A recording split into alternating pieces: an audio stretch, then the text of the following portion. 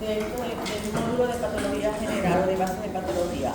Hemostasia y neoplasia, que son los temas que van para el tercer cumplimiento del tercer curso. Cuando nosotros hablamos de hemostasia, estamos hablando de un estado no coagulable de la sangre, es la condición normal de la sangre. La sangre es un fluido corporal, es un tejido conectivo especializado, está formado por un conjunto de células. Ya sabemos que esas células son tres series, el glóbulo rojo, el glóbulo blanco y las plaquetas. Y su función, ellas están circulando es dentro de los vasos sanguíneos. Y su función, la mayoría de ellas es cumplirla dentro del vaso sanguíneo, exceptuando, como ya sabemos, los leucocitos o glóbulos blancos, en donde la mayor parte de sus funciones las cumplen fuera del vaso sanguíneo, y ellos como saben que lo hacen atravesando la pared del vaso sanguíneo, migrando hacia el foco donde tienen que actuar. Pero los glóbulos rojos y las plaquetas cumplen su función dentro del vaso sanguíneo. ¿Okay? La hemostasia es un término fisiológico. Es la condición en la que la sangre se mantiene en un estado no coagulado y solamente coagula cuando se necesita. ¿Cuándo se necesita? Cuando hay la ruptura o la lesión de la pared del vaso, y entonces se crea o se forma un tapón, un coágulo que tapa o obstruye ese sitio donde está perdiéndose sangre. ¿Para qué? Para evitar la hemorragia, para evitar la pérdida sanguínea y para dar lugar que mientras se está tapando esa lesión, esa ruptura de la pared del vaso, se vaya reconstruyendo nuevamente la pared. Luego de que se ha reconstruido la pared, ese coágulo tiene que desvanecerse, tiene que desaparecer, tiene que diluirse y volverse a restaurar el flujo sanguíneo. Entonces, la hemostasia es un concepto fisiológico, es el equilibrio entre los factores procoagulantes, es decir, que favorecen la coagulación, y los factores anticoagulantes, es decir, que previenen la coagulación. ¿Con qué finalidad? Repito, para mantener la sangre fluida, no coagulada. Solamente debe coagular cuando hay una lesión y entonces va a taponar o va a obstruir, tratando de corregir la lesión de esa pared del vaso. En la función de la hemostasia, en este acto de la hemostasia van a participar un conjunto de células. Las principales células son las plaquetas. Recuerden que las plaquetas son unos discos bicóncavos pequeños, anucleados, no tienen núcleos. Son las células más pequeñas circulantes de la sangre y que tienen como función principal formar parte de la coagulación. Las plaquetas, cuando ellas son activadas, ellas sufren un cambio en su conformación, en su estructura. Y estas plaquetas pues van a agregarse, van a pegarse unas con otras y a su vez se van a pegar a la pared del endotelio. Entonces las células protagonistas en el proceso de la hemostasia es la plaqueta. Pero también tiene una función importante la célula endotelial. No sé si lo recuerdan, el endotelio simplemente es el endotelio plano simple que reviste a los vasos sanguíneos, tanto a las arterias como a las venas y como a los vasos linfáticos. El endotelio tiene como función principal ser impermeable para evitar que se fuguen células, que se fugue líquido del espacio intravascular al espacio extravascular. Pero lo más importante es que hoy en día al endotelio se le ha dado funciones sumamente importantes, no solamente de barrera, de protección o de revestimiento, sino que el endotelio sano es el que garantiza que no se formen coágulos innecesarios. Un endotelio sano garantiza un manejo adecuado de presión arterial. El endotelio como tal ya se le considera una célula endocrina que es capaz de elaborar hormonas, sustancias, mediadores químicos que van a actuar directamente en la activación de la coagulación, en la regulación de la presión arterial, entre otras patologías. ¿Okay? Entonces, en lo que es el estado de hemostasia, nosotros tenemos dos componentes importantes: la función de la plaqueta y la función endotelial. Una vez que ocurre la agresión del endotelio, ¿a qué llamamos agresión del endotelio? Una lesión, una ruptura, un corte, una microcirugía, está cortando un vaso sanguíneo. Al cortar el vaso sanguíneo está lesionando el endotelio, porque está cortando la estructura, ¿correcto? Cualquier agresión, pulso penetrante, quemadura, estado hiperosmótico, la misma presión arterial, el choque del flujo sanguíneo al endotelio, eso es una agresión. Entonces, cuando ese endotelio es agredido, cuando es lesionado, va a ocurrir primero una vasoconstricción transitoria. Ese vaso sanguíneo se va a contraer tratando de evitar la pérdida de sangre y luego va a experimentar una vasodilatación. Pero en el proceso de vasodilatación se va a liberar una sustancia o un factor que se llama endotelina. La endotelina, como su nombre lo indica, está elaborado y sintetizado por el endotelio. Entonces el endotelio elabora esta endotelina, la endotelina va a promover esa vasoconstricción transitoria, que luego es transitoria porque dura segundos, que luego va a relajarse. Además de esto, hay la liberación de lo que llamamos factor tisular. El factor tisular es una sustancia que también es elaborada por el endotelio y que va a estimular o activar a la cascada de coagulación. Entonces aquí nosotros vamos a tener dos conceptos importantes. Cuando se lesiona el endotelio va a haber activación de las plaquetas, pero también va a haber activación del factor o los factores o la cascada de coagulación. ¿Cuál es la diferencia entre estos dos? Cuando hay activación de las plaquetas, que es lo que llamamos hemostasia primaria, activación y reclutamiento, lo mismo que sucede con los leucocitos, pero en este caso son las plaquetas, porque las plaquetas son las que actúan en el proceso de coagulación. Hay lesión endotelial, hay activación de las plaquetas que están circulando, recuerden que ellas siempre circulan en el medio, no hay contacto con el endotelio, pero en este caso el endotelio está siendo lesionado y se van a liberar mediadores activadores y atrayentes de las plaquetas. Entonces esas plaquetas son reclutadas, son activadas y son atraídas para adherirse al endotelio. Eso es lo que se conoce como tapón plaquetario o hemostasia primaria. Es lo primero que sucede. Hay una cortadura y lo primero que sucede para detener la hemorragia es la activación de las plaquetas para que las plaquetas se peguen, y eso es lo que se llama tapón plaquetario o hemostasia primaria. Al mismo tiempo va a haber liberación de factor tisular. ¿Qué hace el factor tisular? El factor tisular va a activar la cascada de coagulación. La importancia de la cascada de coagulación es que en la cascada de coagulación van a participar factores de coagulación, en su mayoría sintetizados en el hígado. Va a haber activadores enzimáticos como el calcio, la trombina, el fibrinógeno, la vitamina K, y todos esos elementos son sintetizados, elaborados en el hígado y son liberados al plasma para actuar dentro de la luz sanguínea para activar la cascada de coagulación. ¿Sí me estoy explicando? Quiere decir esto que cualquier persona o paciente que tiene daño hepático va a tener trastornos de la coagulación. ¿Por qué? Porque todo lo que activa la cascada de coagulación y que cataliza esas vías enzimáticas se sintetizan y se elaboran en el hígado. Repito, quiere decir que un paciente con hepatopatía, enfermedad hepática aguda o crónica, muy probablemente va a cursar con hemorragia, con trastornos de la coagulación, pero no formando coágulos, sino más bien con estado hemorrágico. ¿Por qué? Porque se deja de sintetizar y metabolizar la vitamina K que se necesita para activar la cascada de coagulación. Porque se deja de elaborar trombina que se necesita para la cascada de coagulación. Porque se deja de metabolizar el calcio que se necesita para la cascada de coagulación.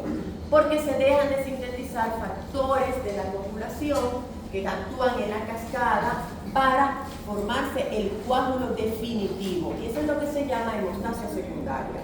La hemostasia secundaria es la activación de la cascada de coagulación, cuyo propósito es convertir el fibrinógeno en fibrina. ¿Y por qué esto es importante? Porque es la fibrina la que va a formar la red en donde se va a atrapar a plaquetas, a glóbulos rojos, a glóbulos blancos, y van a formar un tapón permanente donde estaba el tapón plaquetario. ¿Sí me estoy explicando? El tapón plaquetario es transitorio, es laxo, es muy débil. Eso es una hemostasia primaria que se ejecuta y se activa transitoriamente para detener temporalmente la hemorragia. Un tapón plaquetario puede funcionar en una cortadura pequeña, pero si nosotros tenemos lesiones más importantes, como sucede en una cirugía o como sucede en una lesión pulso-penetrante, el tapón plaquetario no es suficiente. Hay que activar la cascada de coagulación para que esos factores de coagulación se activen y se forme un coágulo permanente, firme, que está dado por la formación de fibrina. Pero para que se forme la fibrina tiene que haber la conversión de fibrinógeno en fibrina. Y para que esto suceda tiene que haberse llevado a cabo toda la cascada de coagulación. ¿Sí me estoy explicando? Entonces, tienen que manejar esos dos conceptos: hemostasia primaria, hemostasia secundaria. Repito, en la hemostasia primaria actúan las plaquetas y en la hemostasia secundaria es la activación de la cascada de coagulación. Inclusive, cuando las plaquetas se activan y forman el tapón plaquetario, las plaquetas también van a degranularse y van a liberar factores que activan a la cascada de coagulación, porque eso es un evento secuencial. ¿Entendido? Entonces, nosotros tenemos todos estos procesos, hemostasia primaria y hemostasia secundaria, y si nosotros evaluamos y estudiamos la pared del vaso sanguíneo, es esto que tenemos acá. Esta es la pared del vaso sanguíneo, esta es la membrana basal, este es el endotelio, este es el músculo liso que se encuentra alrededor del vaso sanguíneo para favorecer su vasoconstricción. Y fíjense cómo hay una lesión del endotelio. Cuando hay lesión del endotelio, hay activación de la coagulación. Se necesita un endotelio completamente sano para que la sangre esté siempre no coagulable. Una vez que se lesiona el endotelio, ese es el primer activador de lo que es todos los factores de coagulación. ¿Entendido? Una vez que se activa ese endotelio, se lesiona ese endotelio, se va a liberar el factor tisular, se va a liberar la endotelina y va a haber la atracción de las plaquetas que van a adherirse en donde está el endotelio sano, lesionado, formando el tapón plaquetario. Al mismo tiempo, esas mismas plaquetas y el mismo endotelio enfermo va a liberar factores estimulantes de la cascada de coagulación, entre ellos el factor tisular y las plaquetas, el factor de Ackermann, que es otro factor activador de la cascada de coagulación, que lo vamos a ver más adelante. Entonces, se suma a las plaquetas la conversión de fibrinógeno en fibrina por activación de la cascada de coagulación y se forma un coágulo permanente, hemostasia secundaria, hemostasia primaria. Ya aquí se está formando el coágulo permanente y al mismo tiempo que se está formando el coágulo y está corrigiendo, deteniendo la hemorragia, se está restaurando la pared del vaso sanguíneo. Una vez que se restaura la pared del vaso sanguíneo, es decir, se forma nuevamente el endotelio, se reconstruye la membrana basal, este coágulo tiene que desaparecer. Se van a activar agentes fibrinolíticos, es decir, lisis, degrada. Cuando se está formando el coágulo, se forma el fibrinógeno y la fibrina. Pero cuando se va a degradar el coágulo, eliminar, se elimina o se desvanece, se destruye, se lisa a esa fibrina, ¿ok? Para desbaratar a ese coágulo. ¿Por qué se tiene que desaparecer el coágulo? Porque la sangre tiene que volver a restituirse en su flujo normal. ¿Entendido? Todo esto es un proceso de hemostasia, una condición fisiológica, porque todo está dirigido a corregir un evento patológico y evitar hemorragia. Y cuando veamos hemorragia, vamos a ver que las hemorragias son importantes porque todo depende del lugar del vaso que esté lesionado, de la cantidad de sangre que se está perdiendo, porque una hemorragia profusa, la ruptura de un vaso importante como la aorta, como las ilíacas, como la femoral, pueden conducir a una persona a un shock hipovolémico y por lo tanto morir debido a la pérdida o a hipovolemia, en donde se pierde volúmenes de sangre importantes en corto tiempo y grandes cantidades. ¿Okay? Entonces, todo esto es importante en el tema de la hemostasia. Ahora bien, si ustedes ven bien este dibujo, esta representación, pueden observar que es importante que donde está el endotelio lesionado es donde se producen los factores activadores procoagulantes, es decir, favorecedores a la formación del coágulo. Pero el endotelio sano tiene que estar intacto, tiene que estar limpio. Cuando nosotros tengamos la formación de coágulos sobre un endotelio sano, esto es patológico, porque el coágulo, la hemostasia se lleva a cabo para corregir un daño. ¿Entendido? Por lo tanto, este se debe formar es sobre un endotelio enfermo. Así nosotros vamos a manejar lo que se llaman factores anticoagulantes y procoagulantes. Y se debe mantener en equilibrio. Repito, ¿para qué se mantiene en equilibrio?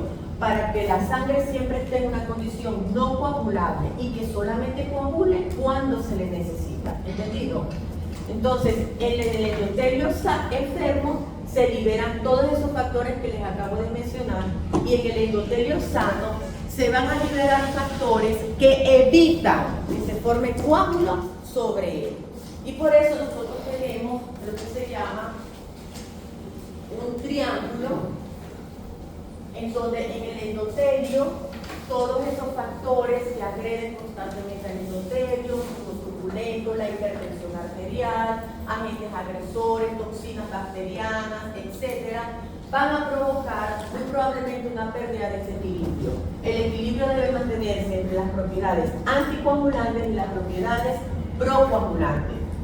Anticoagulante evita la formación de coágulo, procoagulante favorece la formación de coágulo. Cuando ese equilibrio se pierde, se van a producir eventos tromboembólicos. Muchos coágulos que pueden viajar y que pueden obstruir la luz de un vaso y por lo tanto van a provocar isquemia, necrosis, muerte celular. ¿Okay?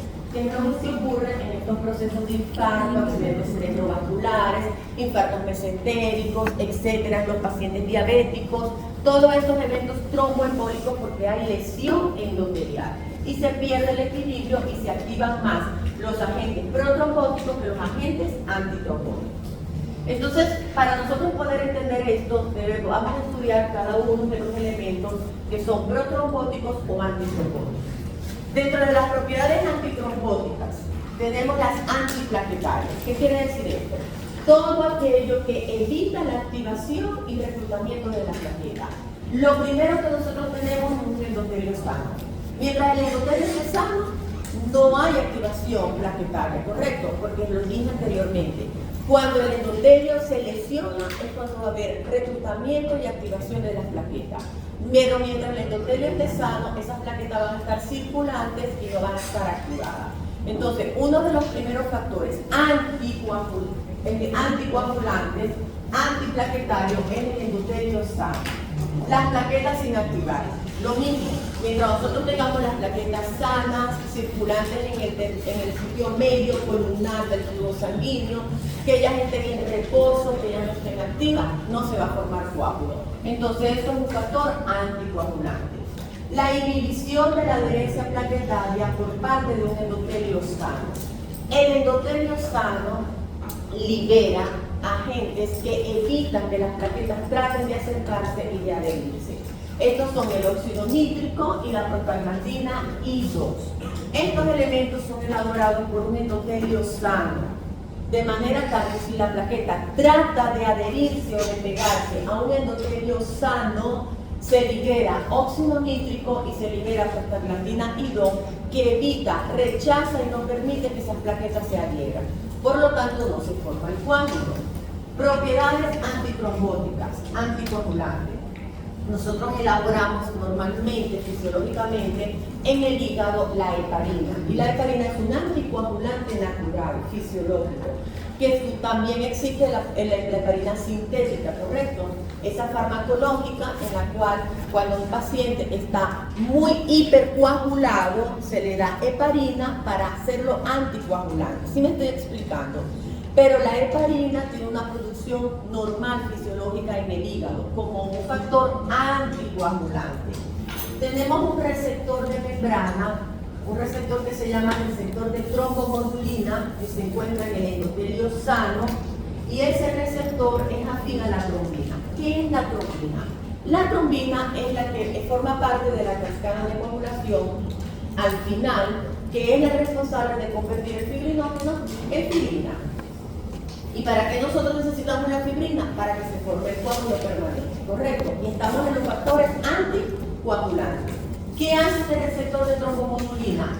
Atrapa la trombina circulante, porque la trombina está circulando en una proteína plasmática que se sintetiza en el hígado, y por lo tanto atrapa la trombina circulante para que no esté libre. Y mientras ella está fija al receptor, está inactiva. Si está inactiva, no hay conversión de fibrinógeno en fibrina y por lo tanto no se forma coágulo. Es un factor anticoagulante. La proteína C reactiva igualmente. La proteína C reactiva ya nosotros la mencionamos como las proteínas de inflamación activa. La proteína C reactiva también mantiene inactivo o bloquea a la trombina para evitar que esa trombina convierta el fibrinógeno en fibrina y se convierta en coágulo. Entonces, hasta ahora, todos estos son factores anticoagulantes. Aparte de eso, el endotelio sano va a liberar esta sustancia. Esto es lo que se llama activador del plasminógeno tisular. El activador plasminógeno tisular es fibrinolítico, es decir, que degrada la fibrina. ¿Qué quiere decir esto? Que si nosotros tenemos la formación de un coágulo, acá, este endotelio se enfermó, activó las plaquetas, perfecto, esto está bien. Se está formando el coágulo en donde se necesita, ¿cierto? Pero justo a los lados tiene un endotelio sano. Ese endotelio sano, al mismo tiempo que está ocurriendo esto, él se debe proteger. ¿De qué se debe proteger? De que no se forme coágulo donde no se necesita. ¿Correcto? Para que siga siendo una condición fisiológica. Lo que se está buscando es reparar esta pared para evitar la pérdida de sangre. ¿Sí quedó claro? Entonces, al mismo tiempo que se están activando los factores procoagulantes aquí, se están activando los factores anticoagulantes del endotelio sano. ¿Cuáles son esos? Liberación de óxido nítrico, liberación de prostaglandina I2 para evitar que estas plaquetas se adhieran al endotelio sano. ¿Ok? Liberación del activador del plasminógeno, que es lo que le acabo de mencionar. ¿Por qué? Porque este activador del plasminógeno tisular, que es lo que quiere decir esta sigla, degrada cualquier cantidad de fibrina que de aquí quiera adherirse al endotelio. Entonces, cuando trate de adherirse al endotelio, este activador del plasminógeno va a irlo degradando y evita que se forme coágulo en el endotelio sano. ¿Sí me estoy explicando? Y eso es lo que permite el equilibrio, y eso es completamente fisiológico. Entonces, en la misma medida, repito, que se van activando los factores anticoagulantes por un endotelio sano íntegro, en el endotelio enfermo se están activando los factores procoagulantes. ¿Cuáles son los factores procoagulantes? En los factores procoagulantes tenemos la liberación del factor Angelman, que es activador de la cascada de coagulación, como lo veremos más adelante. Repito, ¿qué es la cascada de coagulación? La activación de todos esos factores en donde están inactivos y que luego pasan a ser activos porque están necesitándose para convertir el fibrinógeno en fibrina. Eso es liberado por un endotelio enfermo. El factor tisular, activación de la cascada de coagulación. Este factor Angelman se encuentra dentro de las plaquetas. Cuando las plaquetas se activan, se desgranulan, liberan fibrinógeno, liberan ADP, liberan ATP, liberan tromboxano A2, que ya se los voy a explicar, y liberan el factor 12, que es activador de la cascada de coagulación, porque estamos en las actividades procoagulantes, protrombóticas. Liberación del factor tisular, activador de la cascada de coagulación. Factores de la coagulación, activadores de la cascada, que también se encuentran dentro de las plaquetas. Y fíjense que aquí se va a producir un inhibidor del activador del plasminógeno. ¿Qué quiere decir esto? Anteriormente habíamos visto que en el endotelio sano se produce un activador del plasminógeno tisular para degradar la fibrina que de aquí trate de pegarse en el endotelio sano y se evita la formación de coágulos en el endotelio sano, ¿correcto?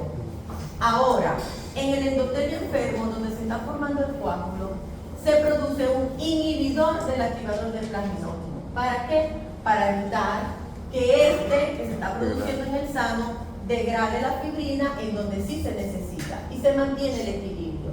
Por eso es que se forma el triángulo de equilibrio entre los factores de coagulación y los factores anticoagulación. ¿Entendido lo que acabo de explicar? El siguiente componente importante como agente procoagulante son las plaquetas. Esa es la función de las plaquetas. Las plaquetas son células sanguíneas, no tienen núcleo, repito, son las más pequeñas circulantes en el flujo sanguíneo y ellas tienen en su citoplasma dos componentes. Tienen en su centro muchos gránulos y estos gránulos van a contener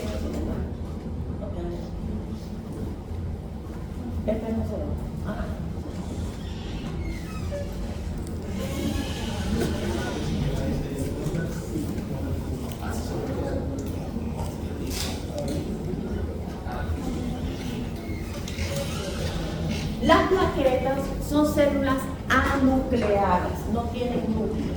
Tienen en su centro gránulos y en la periferia tienen filamentos. Los filamentos que tienen las plaquetas son filamentos de actina. Recuerden que la actina lo que hace son contraerse y relajarse. Y eso es lo que permite que las plaquetas, cuando se acercan, se adhieran unas con otras. Esos filamentos de actina, ¿ok? Y los gránulos que tienen en su centro son gránulos que contienen factores procoagulantes. Tienen ADP, tienen ATP, tienen calcio, que el calcio es un activador de la cascada de coagulación. Tiene fibrinógeno almacenado, el fibrinógeno es sintetizado en el hígado, pero el fibrinógeno podemos tenerlo circulante como una proteína plasmática o almacenada en las plaquetas. ¿Para qué se necesita el fibrinógeno? Para convertirse en fibrina. Es decir, que la plaqueta, además de actuar y participar ella activamente en la formación del coágulo, también va a contribuir con sustratos para la formación del coágulo, en este caso el fibrinógeno. Contiene factor Hagemann, que es el factor 12 activador de la cascada de coagulación, y contiene tromboxano A2. El tromboxano A2 es una parte derivado del ácido araquidónico de las prostaglandinas. El tromboxano A2 hace lo contrario a la prostaglandina I2. La prostaglandina I2, que la vimos con el óxido nítrico, que evita que se adhieren las plaquetas elaboran tromboxano A2 que favorecen la agregación plaquetaria. ¿Sí me estoy explicando? Otra vez hablamos de ese equilibrio.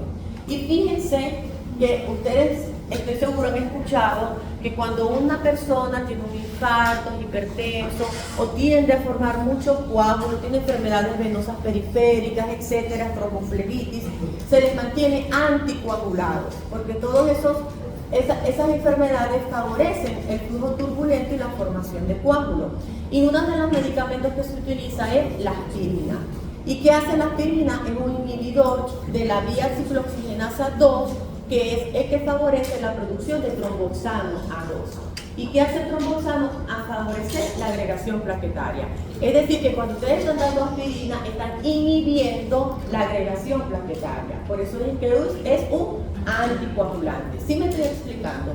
Y cuando ustedes tengan una exodoncia, una microcirugía, por muy pequeña que ésta sea, ustedes deben incluir en el interrogatorio en ese paciente si está siendo anticoagulado.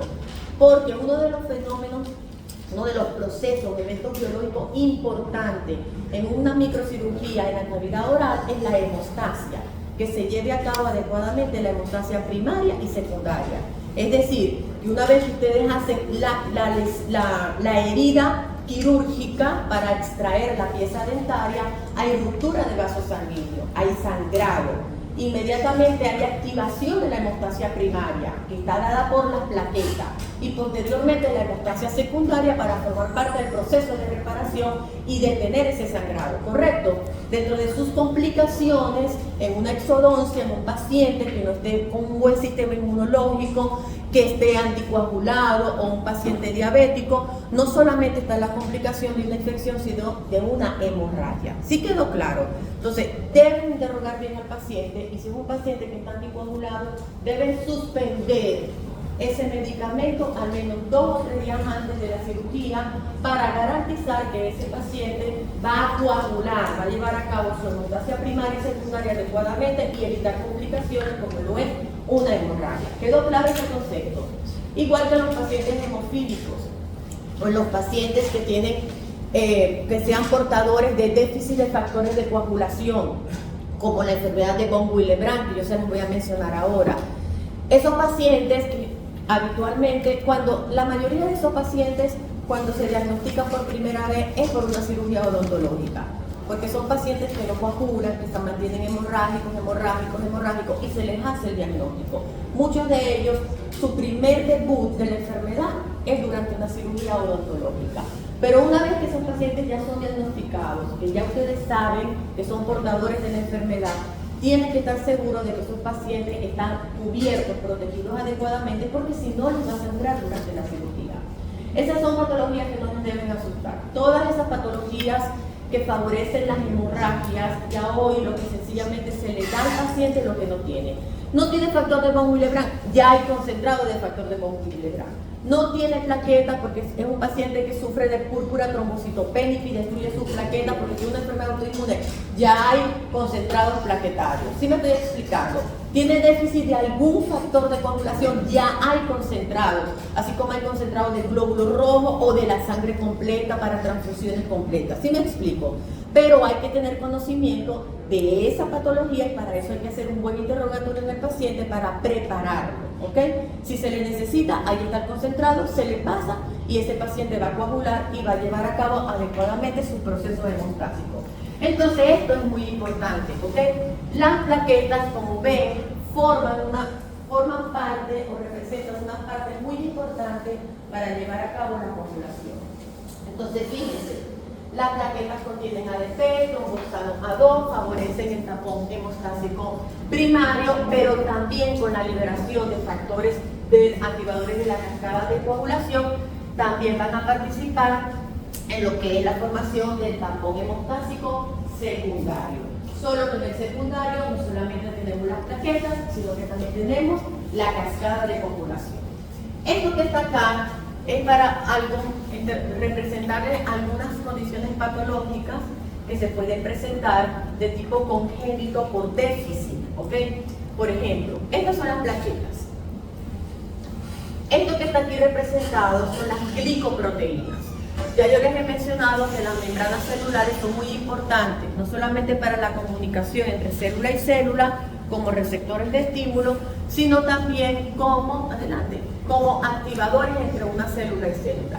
Las glicoproteínas, que es esto, son tan adheridas a la superficie de la membrana celular de la plaqueta y son las que van a intervenir para conectar a una plaqueta con otra plaqueta, es decir, para favorecer la agregación plaquetaria. Pero además, esas plaquetas que se están uniendo por puentes de fibrinógeno convertidos en fibrina, ¿correcto?, tienen que no solamente agregarse a ellas, sino adherirse al endotelio. Para adherirse al endotelio está la participación del factor de von Willebrand. El factor de von Willebrand se sintetiza en la matriz de la pared del vaso sanguíneo. ¿Qué quiere decir esto? Que cuando hay lesión del endotelio, se rompe endotelio, se rompe membrana basal, se expone la matriz extracelular que está por fuera de la pared del vaso sanguíneo. Cuando se rompe el endotelio se libera endotelina, ya saben la función de la endotelina. Cuando se rompe el endotelio se libera factor tisular, ya saben la acción del factor tisular. Todo esto va dirigido a la agregación plaquetaria, activación de la cascada de coagulación. Pero cuando se rompe también membrana basal y se expone la matriz extracelular, se libera el factor de von Willebrand. El factor de von Willebrand es importante porque es quien va a ser el puente. Aquí es el fibrinógeno, pero aquí el puente de conexión entre todas estas plaquetas con esa lesión de la pared es el factor de von Willebrand. ¿Qué quiere decir esto? Que un paciente que tiene déficit o carencia del factor de von Willebrand no va a permitir que ese tapón, esa agregación plaquetaria que se está llevando a cabo se pegue al endotelio, va a sangrar. ¿Sí me estoy explicando? Va a seguir sangrando. A pesar de que las plaquetas están activas, a pesar de que ellas se están degranulando, a pesar de que se está formando el coágulo entre las plaquetas, no se pegan. Y si no se pegan, esa herida va a seguir abierta. Y por lo tanto el paciente va a seguir sangrando. Tratamiento: se le da lo que el paciente no está produciendo o está produciendo en muy pocas cantidades. Se le da factor de von Willebrand. Se le transfunde factor de von Willebrand. ¿Quedó claro el concepto? ¿Ok? Las otras patologías son otras enfermedades, la trombastenia de Glassman y el síndrome de Bernard-Tourette. Simplemente se lo voy a mencionar, pero es la misma explicación fisiopatológica. En el déficit de la trombastenia de Glassman, ¿qué es lo que hay? Hay un déficit de la glicoproteína 3A y en la de Bernard-Tourette hay un déficit de la glicoproteína 1B. Si nosotros no tenemos esta glicoproteína, lo que no se va a producir es la agregación plaquetaria. Es decir, por mucho que las plaquetas se busquen y traten de acercarse, no va a haber la agregación, no va a haber estos puentes porque no van a estar las glicoproteínas. puede estarse convirtiendo el fibrinógeno en fibrina, puede haber factor de von Willebrand, puede haber liberación de factores estimuladores y activadores en la cascada de coagulación, pero esas plaquetas jamás no logran formar ese agregado, ese tapón, porque no tienen las glicoproteínas. ¿Sí me estoy explicando? ¿Qué le damos a este paciente? Plaquetas. Lo que hacemos es, si sus plaquetas son las que están enfermas, porque tienen sus glicoproteínas enfermas, ¿qué es lo que le damos a ese paciente? Concentrado plaquetario. Plaquetas sanas que tienen glicoproteínas, porque todo lo demás lo tienen. Y entonces los pacientes van a coagular. ¿Sí me estoy explicando? ¿Ok? Estos son ejercicios que ustedes tienen allí, lo hacen solitos en su casa como autoevaluación. La cascada de coagulación, como su nombre lo indica, es como la cascada del sistema de complemento. La cascada de coagulación son unos factores que se encuentran inactivos, en reposo, y que se van a activar cuando se les necesita. ¿Ok? ¿Cuándo se van a activar? Cuando hay una lesión del endotelio, cuando hay activación de las plaquetas, etc. Y se liberan todos esos factores activadores de los factores de coagulación. Por eso es que se le llama un efecto de tipo cascada, porque actúan varios factores que están inactivos. A medida que ellos se van activando a otros, hasta que coinciden en una vía común. La cascada de coagulación tiene dos vías, la vía extrínseca y la vía intrínseca. En la vía intrínseca se activa por el factor Angerman, que ya se los mencioné, es el factor 12 que se encuentra dentro de las plaquetas, y la vía extrínseca se activa por el factor tisular, que ya también se los mencioné, que es liberado por el endotelio lesionado. Ambas vías van a coincidir en la activación de un factor que es el factor 10. A partir de la activación del factor 10 hay la conversión de trombina, de protrombina en trombina, y la trombina convierte al fibrinógeno en fibrina, que es el punto, el propósito final de toda la cascada de coagulación. Entonces aquí lo tienen. Vía intrínseca, factor Angerman; vía extrínseca, factor tisular. Van activándose los diferentes factores y coinciden en la activación del factor 10. El factor 10, que es la vía común, en donde van a coincidir estas dos vías, el propósito es convertir a la protrombina en trombina y la trombina convertir el fibrinógeno en fibrina. La fibrina se necesita para poder formar ese coágulo permanente. Si ustedes ven bien esta figura, esta gráfica, pueden observar cómo a lo largo de la cascada de coagulación se ven unos cofactores catalizadores. El calcio, sumamente importante para activar y catalizar esa vía metabólica. Quiere decir que un paciente con hipocalcemia va a tender a la hemorragia, ¿cierto? Porque no va a tener catalizadores de la vía de la coagulación. Dentro de las posibles complicaciones de un paciente con hipocalcemia, déficit de calcio, puede ser un paciente que no coagula, ¿ok? Tenemos a la vitamina K, también es activador de los diferentes factores de la cascada de coagulación. Paciente con hipovitaminosis de vitamina K va a tender a hemorragia, como los pacientes o por déficit de ingesta de la vitamina K o porque tiene un daño hepático, que es donde se metaboliza la vitamina K. La trombina, la misma trombina, también es activador de algunos puntos de la cascada de coagulación. Es decir, que ese paciente con daño hepático que no sintetiza trombina o protrombina para convertirse en trombina, también va a tener no solamente problemas para convertir el fibrinógeno en fibrina, sino que además no va a tener coactivadores de la cascada de coagulación. Si el paciente no produce fibrinógeno, que es una proteína, paciente en estado de malnutrición, no tiene sustrato, aminoácidos esenciales, pacientes que degradan el fibrinógeno exageradamente, o pacientes con daño hepático, tienden a la hemorragia, no hipercoagula, no forma coágulos en el momento en que se le necesita. Pero tenemos lo contrario. Cuando nosotros hablamos de trastornos o pérdida del equilibrio, no solamente es la hemorragia, también es la hipercoagulabilidad, ¿verdad? O tenemos exceso de producción de coágulos que favorece los eventos tromboembólicos, o tenemos déficit de lo mismo y el paciente sangra, ¿cierto? Eso es lo que nos puede producir la pérdida de ese equilibrio. Un paciente que tiene pérdida de plaquetas, como en el dengue hemorrágico, que que se destruye, o por una enfermedad autoinmune, un paciente que va a sangrar, ¿correcto? No tiene plaquetas, no hay formación de coágulos.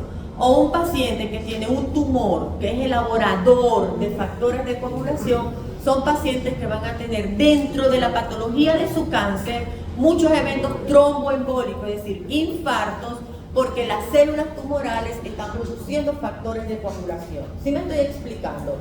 Un paciente que se somete a cirugías, y esto es muy importante, la razón por la que las cirugías tratan de no ser tan largas, o el riesgo de las cirugías de mucho tiempo de duración, es porque la misma cirugía es un agresor, hay lesión celular.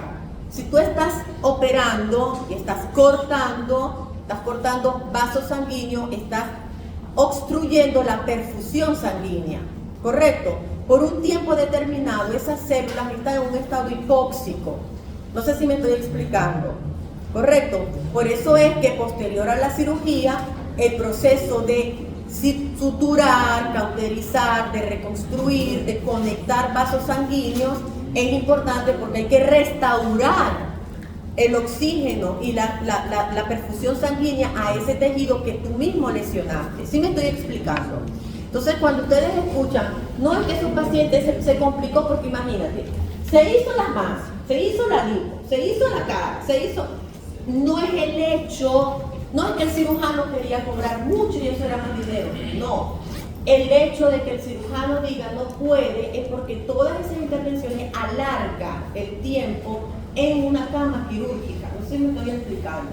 Entonces están los anestésicos, pero los anestésicos pueden provocar un efecto de shock porque se pueden comportar como un alergeno, como un vasodilatador. Y les voy a decir algo.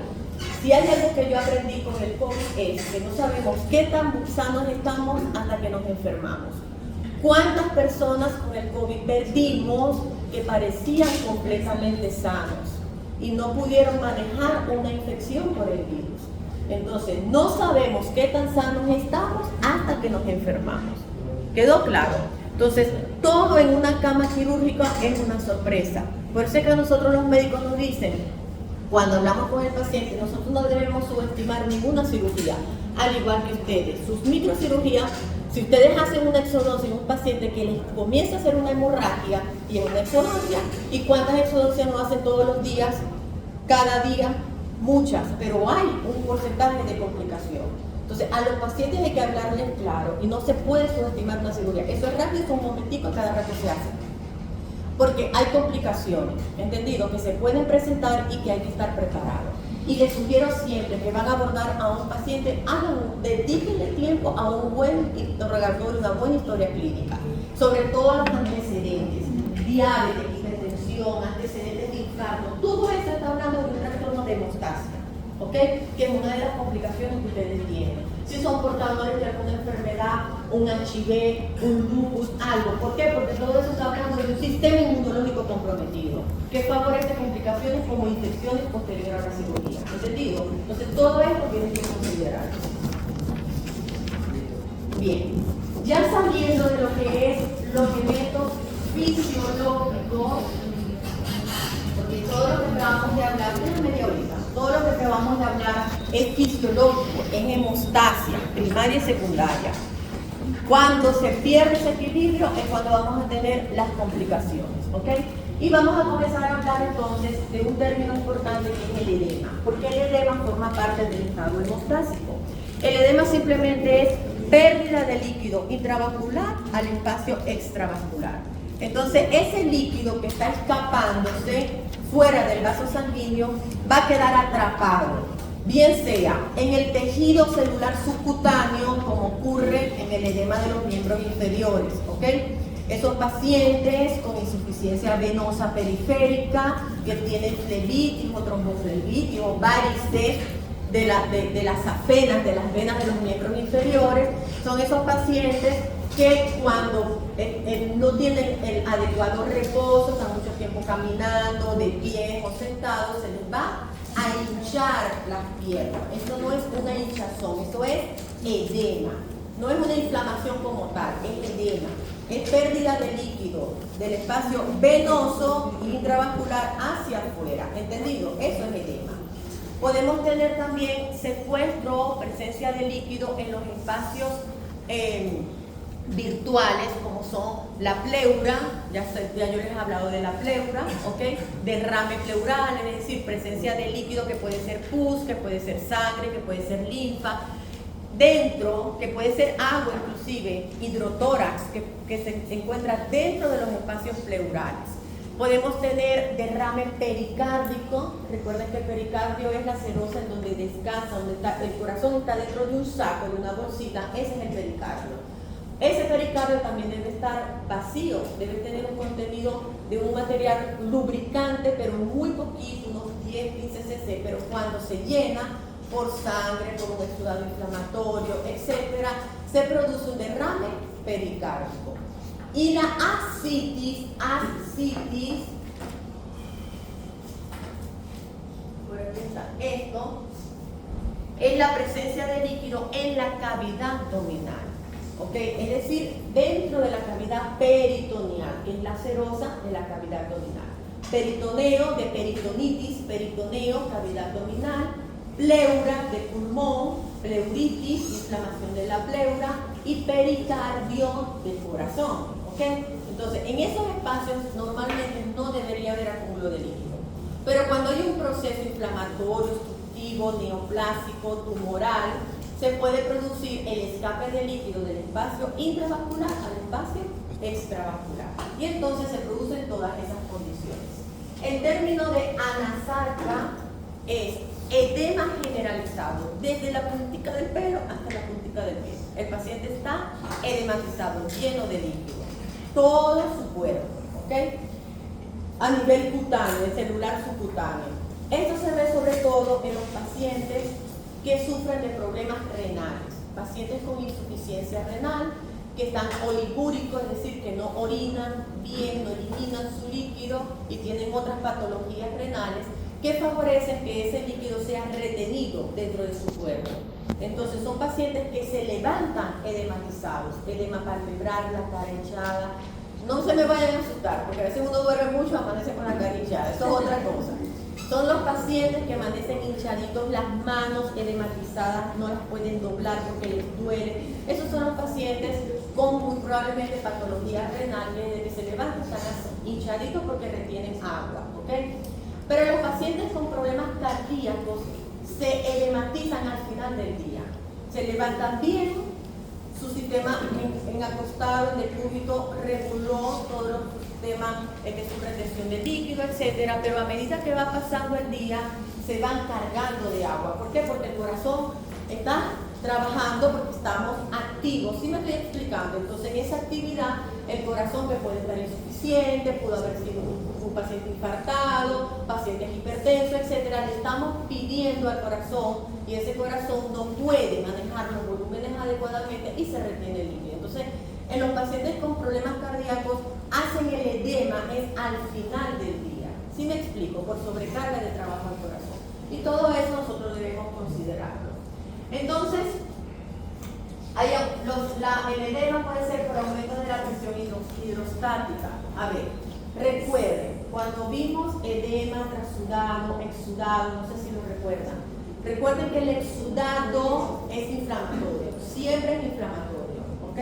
El exudado inflamatorio, ¿ok?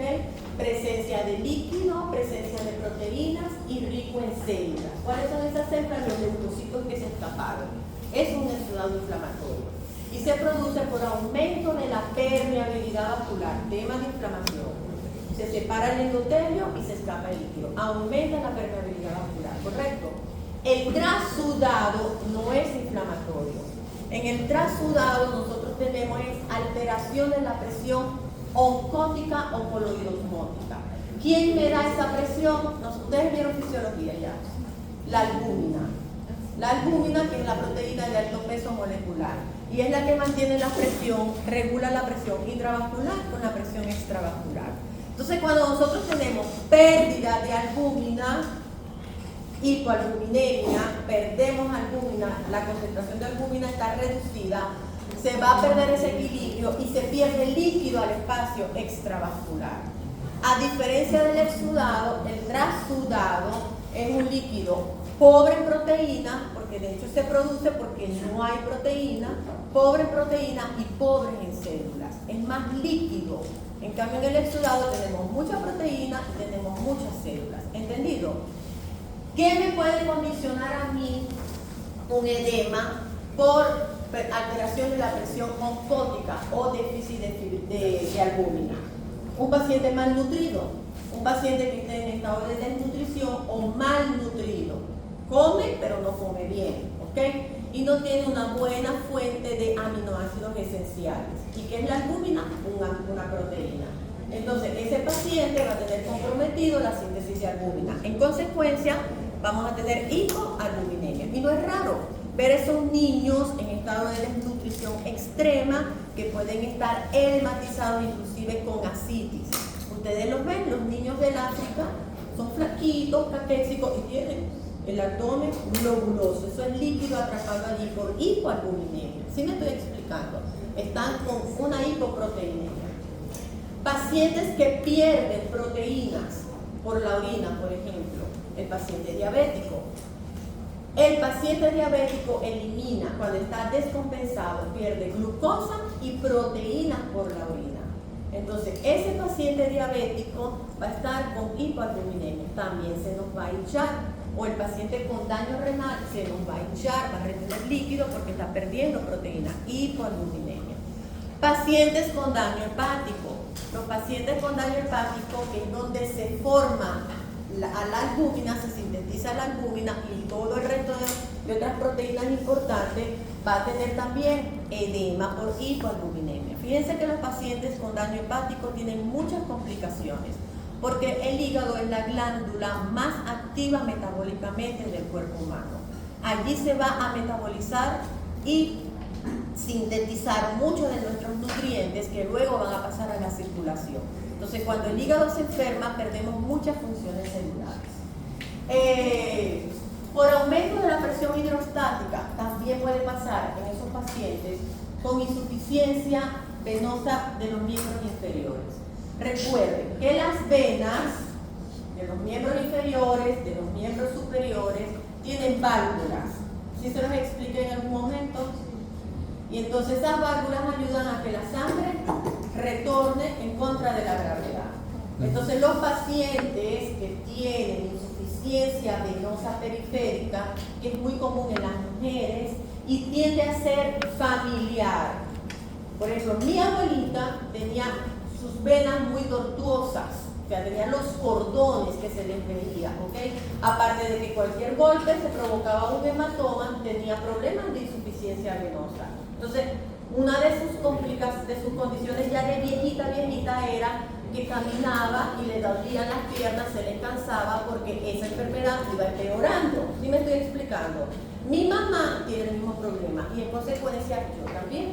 O sea, forma parte de una condición de predisposición familiar, ¿ok? En algunos más graves, en algunos menos. Pero ¿qué nos pasa? Que nosotros no tenemos un buen retorno venoso y la sangre venosa queda acumulada en esas venas. Las venas se distienden, se dilatan, hay una extasia venosa y al aumentar el volumen cambian las presiones. Y cuando cambian las presiones, la presión intravascular vence a la presión extravascular y el líquido se sale. ¿Sí me estoy explicando? Al salirse, la pierna se hincha. Solución: levantar las piernas. Levantamos la pierna, se mejora el retorno venoso, disminuye la extasia venosa porque la sangre está fluyendo. ¿Sí me estoy explicando? Y entonces el equilibrio se recupera. ¿Entendido? Eso es lo que sucede acá. Y hay algo importante y más adelante lo vamos a volver a mencionar. La insuficiencia venosa de miembros inferiores favorece la formación de trombos. En este caso, trombos venosos porque lo que estamos es dentro de una vena. En las arterias se producen trombos arteriales, en las venas trombos venosos, como veremos más adelante. Y esos trombos venosos que se están formando en los miembros inferiores, ¿para dónde van? Para el corazón, porque esa sangre que está retornando va es hacia el corazón, ¿correcto? Entonces, los pacientes que sufren insuficiencia venosa de miembros inferiores son pacientes de riesgo de tromboembolismo pulmonar, porque al llegar al corazón, lado derecho, pasan por la arteria pulmonar a los pulmones. ¿Sí quedó claro lo que acabo de mencionar? ¿Sí conocen la circulación mayor y la circulación menor? Ok, ese es el caminito, ¿entendido? Entonces todo esto hay que considerar. Ya hablamos de la disminución de la presión oscótica, la retención de sodio y potasio, sumamente importante en la fisiopatología del edema. Si retienes sodio, retienes agua, y si retienes agua, hinchas, ¿correcto? Como ocurre en la célula cuando se lesiona. Se daña la bomba TPasa, retiene sodio, retiene líquido, hay una tumefacción celular. ¿Sí lo recuerdan, verdad? Eso mismo llévenlo a todo el cuerpo. Si no se elimina bien el sodio y retiene sodio, retiene líquido. Ahora bien, nosotros podemos tener condiciones patológicas en las que se retiene sodio y el paciente se hincha. Pero hay algo más importante. Muchas veces cuando nuestro cuerpo tiene estados de hipoperfusión, por ahí me preguntaron creo en el examen, ¿qué es perfusión? Perfusión es llevar sangre, riego sanguíneo, perfundir o perfusión sanguínea, llevar la sangre, ¿ok? Cuando un paciente tiene problemas de perfusión, hipoperfusión, es decir, no llega sangre suficiente, un paciente con hipovolemia, por ejemplo, un paciente con hemorragia, perdió sangre, la sangre baja en volumen, hipovolemia, ¿ok? Un paciente con un accidente, punzo penetrante, armas de fuego, politraumatismo, hipoperfusión, hipovolemia, ¿ok? Un paciente con insuficiencia cardíaca, donde el corazón no está trabajando bien y no puede bombear suficiente sangre al resto del cuerpo, hay una hipoperfusión, no le llega sangre suficiente, oxígeno y nutrientes. Por eso es que se llama insuficiencia cardíaca, el corazón no es suficiente, ¿correcto? ¿Qué sucede? Que uno de los órganos que es más sensible, que tiene receptores, sensores muy susceptibles a los cambios de volumen sanguíneo, es el riñón. Y recuerden que en el riñón es donde se produce parte de lo que es la regulación sodio-potasio y retención de agua, ¿correcto? Porque es donde nosotros eliminamos el líquido o lo retenemos, ¿correcto? Entonces, cuando cualquiera de estos ejemplos que yo les di provoca una hipovolemia, es decir, se compromete la perfusión de los órganos, el primer órgano que va a reaccionar es el riñón.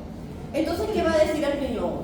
Me está llegando poca sangre, estoy hipoperfundido. Tengo que retener líquido para aumentar el volumen sanguíneo. Pero el riñón no sabe por qué está hipoperfundido. El riñón no sabe que es porque el corazón está enfermito o porque el paciente está pasando por un shock hipovolémico porque está perdiendo sangre, porque está herido. ¿Sí me estoy explicando? El riñón lo único que sabe es que no le está llegando sangre y que hay hipoperfusión, hipovolemia. ¿Sí me estoy explicando? ¿Qué hace el riñón? El riñón agarra y a nivel del túbulo contorneado distal, donde actúa la hormona antidiurética, ¿lo recuerdan? Va a retener sodio y cuando retiene sodio, retiene líquido. Se pierde potasio, pero retiene sodio. El riñón lo que busca es retener sodio para aumentar el volumen sanguíneo a expensas de agua, para entonces aumentar el volumen. ¿Sí me estoy explicando? Esto es un mecanismo compensatorio, y que puede transitoriamente aliviar un poco, pero el problema es que esa no es la causa principal. Si el paciente está perdiendo sangre, lo que necesita es sangre, ¿correcto? En un paciente que está hipovolémico porque está perdiendo flujo sanguíneo, está disminuyendo el volumen sanguíneo, pero no necesita agua, necesita es sangre, que es lo que está perdiendo, ¿correcto? Y el paciente con insuficiencia cardíaca, ese mecanismo compensatorio del riñón lo que va es a sobrecargar de trabajo a un corazón que no está trabajando bien. El problema del paciente con insuficiencia cardíaca es que tiene buen volumen sanguíneo, pero el corazón no lo puede bombear con la misma fuerza. Y entonces el riñón, al retener líquido, sobrecarga de volumen y de trabajo al corazón. Y esto lo que nos puede provocar o precipitar es una falla cardíaca. ¿Sí me estoy explicando? No voy a entrar en muchos detalles, pero obviamente hay unos mecanismos contrarreguladores. ¿Ok? Nuestro cuerpo funciona así. siempre en la búsqueda del equilibrio, algo que estimula y algo que inhibe. En ese mecanismo compensatorio que se retiene líquido, se van a producir otras hormonas que tratan de contrarrestar al riñón, es decir, de buscar el equilibrio. ¿Entendido? No voy a caer en detalles, pero eso es lo que sucede, porque estamos hablando de edema y realmente es un tema que es un poco más extenso. ¿Una vena varice es considerada una hipoperfusión? No. No. Una vena varicosa no provoca hipoperfusión. Acuérdense que las venas transportan también sangre venosa, sangre no oxigenada. ¿Ok? Hay una extasia venosa, hay acúmulo de sangre allí, pero esa sangre, su destino no era para llevar oxígeno y nutrientes. En la hipoperfusión nosotros tenemos disminución de la perfusión sanguínea para nutrir y oxigenar a ese cuerpo, a ese órgano o a esa estructura. ¿Entendido? Es más compromiso de la perfusión arterial, que lleva sangre oxigenada. ¿Quedó claro? La sangre venosa no lleva, la sangre venosa lleva glóbulos rojos que van a pasar a la circulación menor a pulmón para oxigenarse. ¿Entendido? Entonces, ya nos queda la obstrucción linfática. Cuando nosotros hablamos de obstrucción linfática o de linfedema,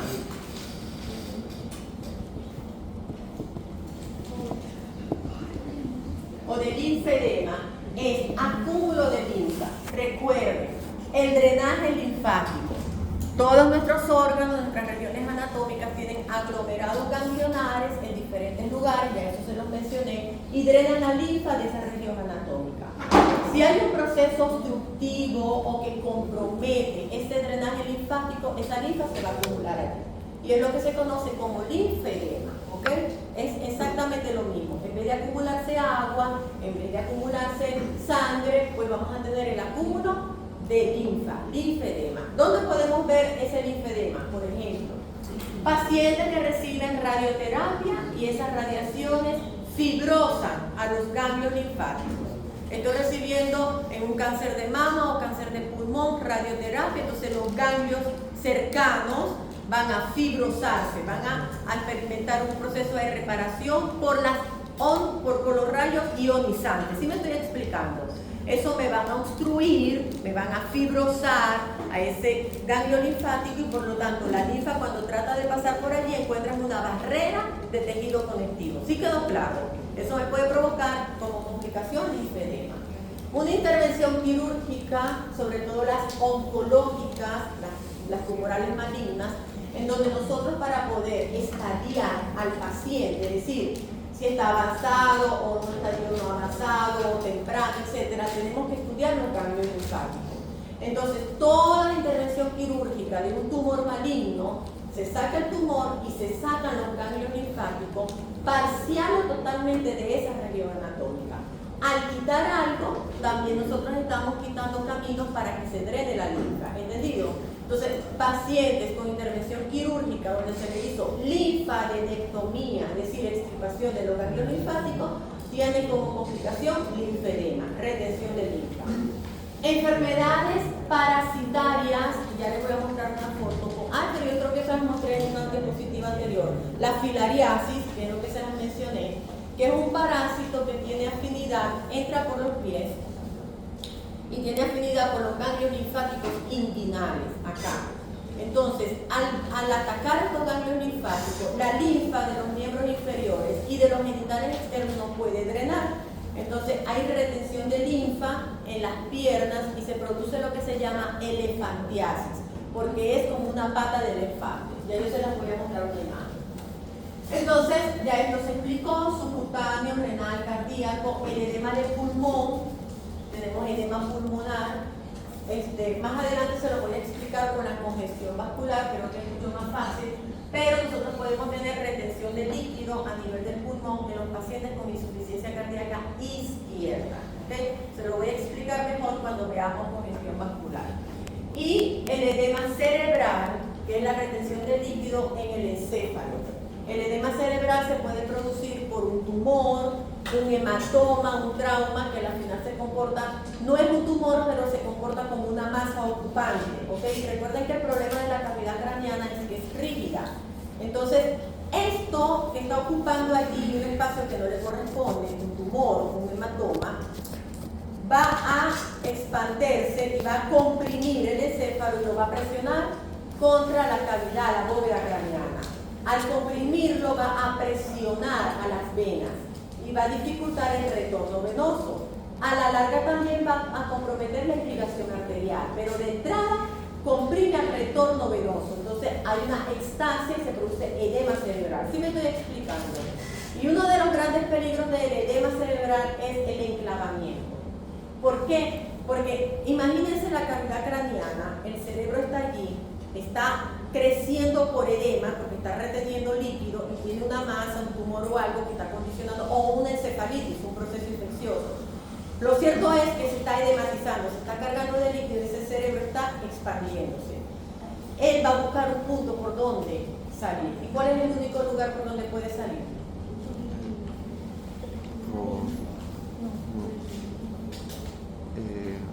El orificio occipital. Entonces, al tratar de salir, se clava, se hernia, y es lo que se produce el enclavamiento, que es lo que les llamamos muerte cerebral. Porque recuerden que allí, y eso ustedes lo ven en anatomía, porque yo tuve como 4 años dándole anatomía a odontología, al menos yo se los daba. Cuando les daba columna vertebral, cuando les daba base del cráneo. Y recuerden que allí, y cuando le dábamos tejido nervioso, que yo daba clases con Rosemary Castañeda, y ella le daba muy bien los pares craneales. Ustedes le dieron pares craneales. Y recuerden el bulbo raquídeo. El bulbo raquídeo descansa sobre el tronco basilar, que va hacia el canal medular, cerquita del orificio occipital. ¿Y que llega el bulbo raquídeo? Los núcleos vitales, de la respiración, de la presión arterial, etc. Entonces, cuando el encéfalo trata de escapar por alguna parte, se desplaza, queda atrapado en el orificio occipital y estrangula el bulbo raquídeo. ¿Sí me estoy explicando? Y es lo que llamamos muerte cerebral. Un paciente en estado de coma con muerte cerebral. Esto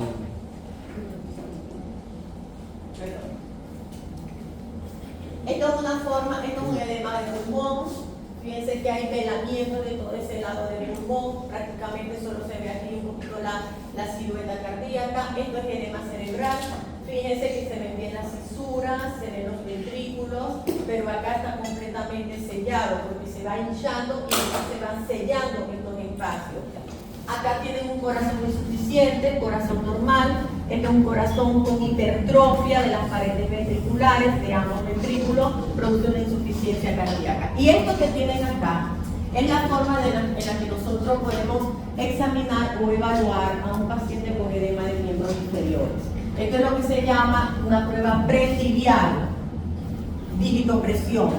Acostamos al paciente, comprimimos, pretibial, aquí está la tibia, apretamos, soltamos, eso debe dejar una fovea, que es esta depresión. El líquido se expande hacia los lados y vamos midiendo la medida que va, otra vez, el líquido ocupando esa fovea y vuelve a ser liso. ¿Sí me estoy explicando? Eso es una prueba positiva de que el paciente evidentemente sí está edematizado. Y le damos los grados. Estas son las diferentes causas de edema. Aquí están las causas por alteración hidrostática, osmótica, neoplástica, retención de sodio. Ya eso se lo expliqué. Ahí tienen el cuadro.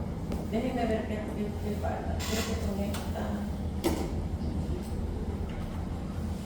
¿Qué hora es?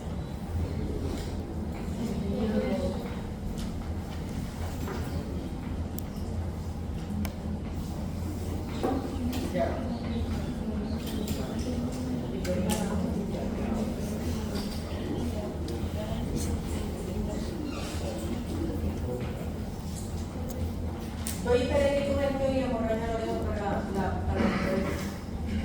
Semana Santa. Para terminar ya con, porque no tiene relación con mi edema. Termino con hiperémico gestión y continúo luego la clase en la próxima clase. Ok. Hiperémico gestión. A ver, por favor, rapidito, 10 minuticos ya. Hiperemia consiste en enrojecimiento por un aumento del flujo sanguíneo. Es un proceso activo, fisiológico. Corremos, hacemos ejercicio y nos ponemos rojos. Aumenta el flujo sanguíneo. ¿Entendido? Congestión es lo contrario. Congestión es que la sangre se queda atrapada. Por ejemplo, en el proceso inflamatorio, cuando hay vasodilatación, la sangre se queda atrapada aquí, para permitir que las células puedan atravesar la pared del vaso. Eso es una congestión vascular. ¿Sí me estoy explicando? La estasia venosa, cuando la sangre no puede retornar, eso es congestión vascular. ¿Ok? Entonces son dos procesos completamente contrarios.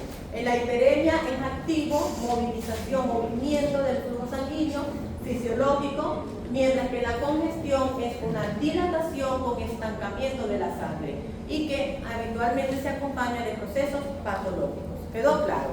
Entonces nosotros muchas veces tenemos en conjunto congestión y edema. Congestión y edema. Nosotros vamos a tener vasos dilatados, se congestiona la sangre, al dilatarse aumenta la permeabilidad vascular y se fuga el líquido. Entonces tenemos congestión y edema. Son dos procesos que están muy en común. Voy a hablarles rápidamente de lo que es, porque es el ejemplo más clásico, de una insuficiencia cardíaca. Vamos a ver si logro. Esperen un segundo. Ustedes no le dieron insuficiencia cardíaca. Aquí está la aorta, aquí está la arteria pulmonar. ¿Ok? Tabique, lado izquierdo, lado derecho. ¿Cierto? Y por acá vienen las venas pulmonares. Le voy a hablar de la insuficiencia cardíaca izquierda, que es la más frecuente y que se produce por hipertrofia de la pared ventricular izquierda, sobre todo en pacientes hipertensos. ¿Ok? Si yo tengo un paciente, normalmente la sangre llega por las venas pulmonares, pasa a la aurícula izquierda, ventrículo izquierdo y sale por la aorta. Volumen de eyección. Ese volumen de eyección va a mantener o a sostener un gasto cardíaco, va a suplir todas las necesidades de todo el cuerpo y del mismo corazón, porque el corazón también necesita su nutrición, ¿correcto? Recuerden que de aquí, de la base de la aorta, y eso también se nos da en anatomía, salen las arterias coronarias. Entonces quiere decir que cuando sale sangre por aquí a la aorta, también pasa a las arterias coronarias para irrigar al corazón, ¿correcto? Ok.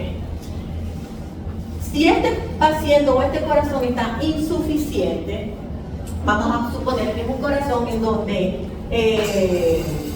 tiene la misma hipertrofia ventricular izquierda, en donde el corazón hipertrofia al músculo cardíaco del lado izquierdo para tratar de contraerse más, para tratar de aumentar la tonicidad.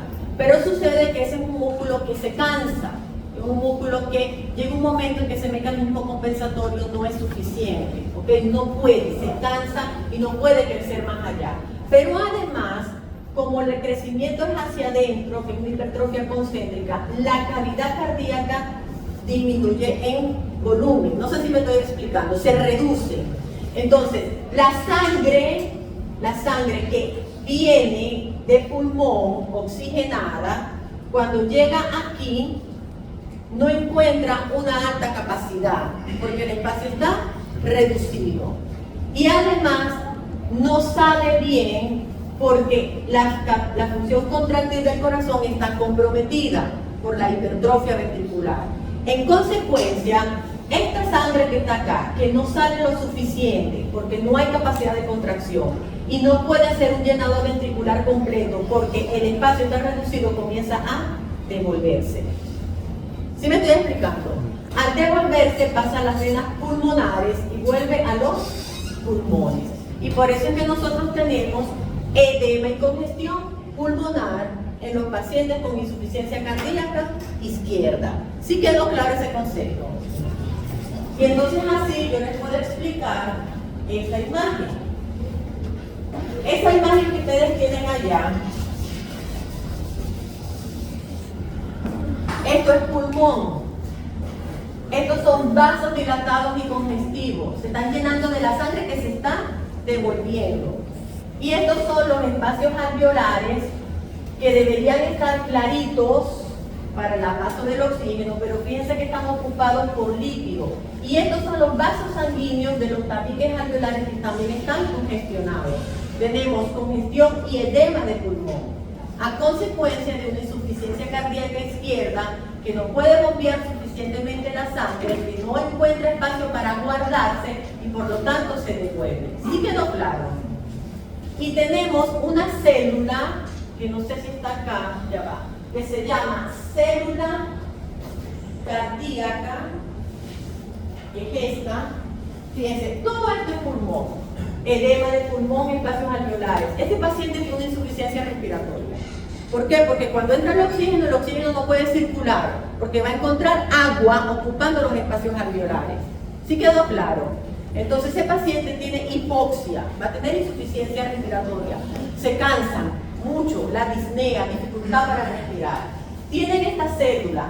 Fíjense que estos son los tabiques alveolares. Estos son los tabiques alveolares. Esta célula que está señalada aquí es un macrófago alveolar, que siempre está allí. Pero fíjense que está cargado de hemosiderina. ¿De dónde viene la hemosiderina? De la hemoglobina. ¿Y de dónde viene esa hemoglobina? De esos glóbulos rojos atrapados en el pulmón porque hay congestión y murieron en el pulmón. Como ya no pueden pasar por el vaso para que el vaso se encargue de la función, de degradar a esos glóbulos rojos que van muriendo, sino que quedaron atrapados en el pulmón porque hay congestión, el macrófago que va a digerir a esa hemosiderina, esa hemoglobina que se está liberando, va a ser el macrófago alveolar. ¿Sí me estoy explicando? Y esto se llama célula cardíaca. ¿Por qué se llama célula cardíaca? Porque es causada por un daño cardíaco. El daño es del corazón y a consecuencia se enfermó el pulmón. ¿Sí quedó claro? Ok. Podemos tener congestión hepática, que es esto que está aquí, que también se le llama congestión en forma de nuez moscada. La nuez moscada es esto, que es un fruto seco que nosotros utilizamos en la cocina y que si raspamos, tiene tal. Nosotros los de salud siempre comparamos todo con comida. Entonces, cortamos el hígado congestionado y se parece a la nuez moscada. ¿Por qué se produce congestión hepática? Congestión y edema hepática. Vamos otra vez a ese corazoncito, pero ahora lo contrario. Vamos a hablar de la insuficiencia cardíaca derecha. Aquí era la izquierda que dañaba al pulmón, ¿correcto? Después, antes del pulmón que está, el lado derecho, ¿cierto? Ok. Y antes del corazón está la vena cava superior, la vena cava inferior. ¿Y con quién conecta la vena cava inferior? Con el hígado. ¿Correcto? ¿Sí estamos claros hasta acá? Okay. ¿Qué pasa? ¿Cómo se puede enfermar el lado derecho del corazón? Puede ser que una insuficiencia cardíaca izquierda, muy severa, congestiona y edematiza pulmón, sobrecarga el pulmón y ahora la sangre también se pasa del pulmón al lado derecho. Entonces tenemos un paciente con insuficiencia cardíaca derecha e izquierda. El daño es izquierdo, pero ya es tan severo que también enfermó el lado derecho. ¿Sí quedó claro? O el paciente tiene un problema pulmonar, una tuberculosis, enfisema, bronquitis, enfermedades por minas de carbón, un problema pulmonar que hace que ese pulmón no se expanda lo suficiente, tenga problemas de dificultad y por lo tanto hace aumento de la resistencia vascular. ¿A qué va a ser aumento de la resistencia vascular? A la arteria pulmonar. Aquí está la arteria que está llevando la sangre al pulmón izquierdo y al pulmón derecho, al pulmón izquierdo, ¿correcto?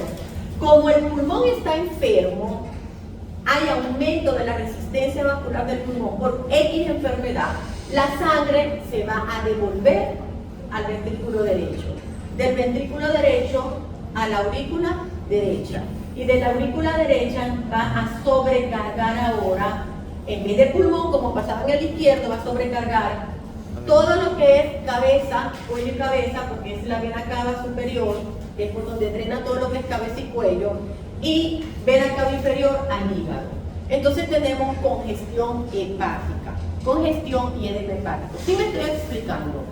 Ese paciente con problemas hepáticos por congestión y edema, por una insuficiencia cardíaca derecha, puede llegar a desarrollar una cirrosis hepática, que como es causada por un daño cardíaco se le va a llamar cirrosis cardíaca.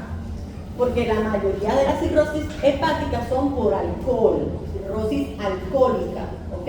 Para que uno saber por qué lo está originando. Cuando ustedes escuchen cirrosis cardíaca y les digan, no, pero es que la cirrosis es del hígado, ¿y por qué se llama cardíaca? Porque está causando un daño en el corazón derecho que congestionó, no pudo manejar volúmenes, se sobrecargó, congestionó a los órganos que están antes del lado derecho del corazón, como lo es el hígado. Y en la cronicidad, o sea, progresando la enfermedad, ese hígado se hace cirrótico. Y por eso se le llama cirrosis cardíaca. ¿Sí quedó claro el concepto? Okay. Entonces, lo dejamos hasta aquí y en la próxima clase seguimos con hemorragia. Falta poco, hemorragia, trombos,